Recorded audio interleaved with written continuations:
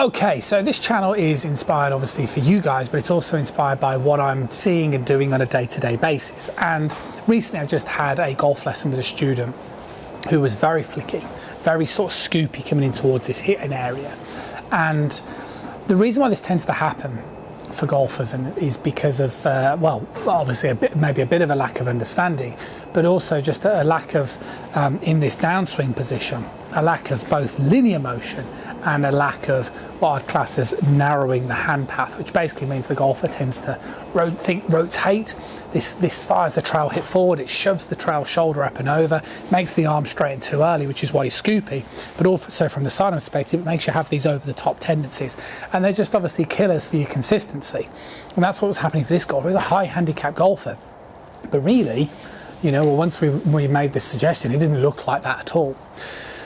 So what we did is throughout the day we did, or throughout our time together, we did some different drills and some different exercises and tried to, understand what the hands and arms are doing. But it was towards the last part of the session where I would say that the epiphany or the coin drop, so to speak.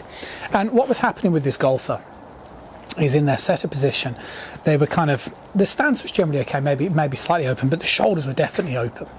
And the head was sort of located. You see where my head's almost looking like the front of the golf ball. And then when I get into this sort of setup position, can you see the way that, I'm going to dramatise it for an effect, but my head's moving this way, my shoulder moves over, and then the club face is it's theoretically square to the target, but it's very open relative to my body line. And if I'm set up like this, then it's going to encourage me to potentially swing in the same vein. So what we started to do, we started to pay much more attention. I asked him to widen his stance. I asked him to move the ball position further forward actually as well. And then I got him to sort of get his head looking at the back of the golf ball. So it sort of promoted a bit more of a tilting motion. And then from this position, what I then got him to do is get the shaft of the club on the instep of the thigh. And then from here, now grip it.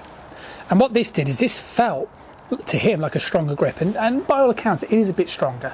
The hands are rotated more this way. But the point is when you do this, right? So if you're doing this, okay, where your head's looking at the front of the ball maybe and your hands are, you think about where you're applying force. Okay, so see what I'm doing here. See the way I'm pulling the club in this way. Whilst if I go this way and I now apply force, I'm pushing the club, see, towards the target.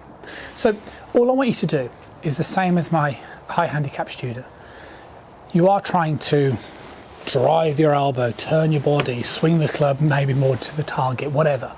But think about your setup position, okay? And just make sure you're going through the routine where nice wide stance, head's looking more at the back of the golf ball, okay? From there, get the shaft of the club in line with your thigh, club face square to the target. Now take hold of your club, because that will help you improve that grip, improve that relationship, and give you a much better chance of hitting the ball from the inside. It worked a treat for him, it's worked really well in the past, and that's why I wanted to publish this video, because I thought it might help many of you out there as well. So you might just be surprised how your grip can change your swing. See you soon.